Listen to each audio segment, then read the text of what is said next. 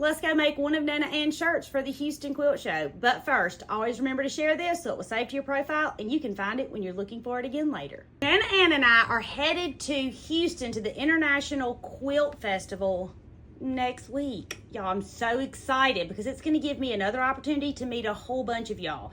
I have to have shirts, and Nana Ann has to have ones that match. So the first one we're going to make is this one. This is just a quilt star. It is made with a diamond-shaped template. Let me find my template and I'll show you.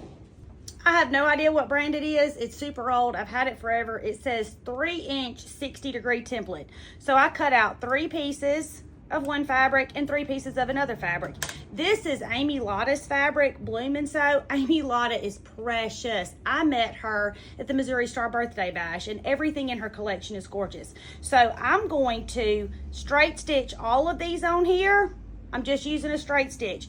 I love the fray. I know some of y'all don't love the fray. If you don't love the fray, just zigzag it. I've cut my pieces out, laid it on 2 pieces of flannel.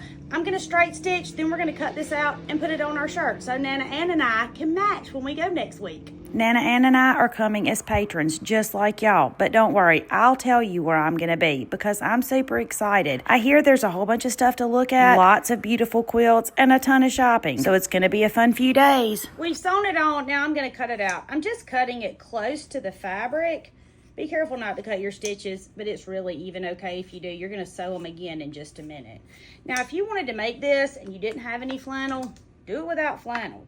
You could use cotton batting on the back of it or fleece. I just like the lift because it gives it that cutter quilt kind of look.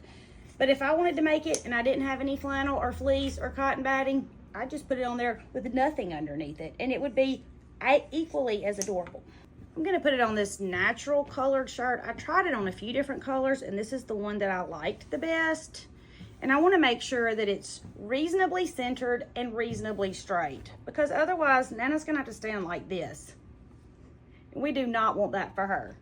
All right, it's reasonably straight and I think it's reasonably centered. So now I'm gonna pin it on and then I'm just basically sewing on top of the stitches we just made, only on the outside of the star. I am gonna be super careful when I'm sewing it and do my best to try not to sew the back of the shirt to the front of the shirt because if I told y'all how many times I had done that, you'd stop watching me.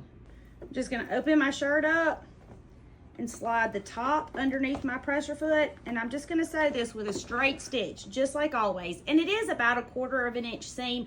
I'm gonna follow the edge of my quilt star with the edge of my presser foot, so that's gonna give me a 1/4 inch seam, but that's the way that I sewed it a minute ago, so we have about the same stitches. We're gonna sew on top of basically the stitches that we just made. And yes, we're gonna backstitch when we start and when we stop. Because y'all know my grandma terrified me. She said if I didn't backstitch, my stuff would fall apart. And we can't have Nana walking around with her star half hanging off of her shirt. We'll be in Houston Thursday, Friday, and Saturday morning. And then we'll be headed home. And I'm super excited to meet all of y'all. Dun dun dun! Isn't Nana Ann's shirt perfect?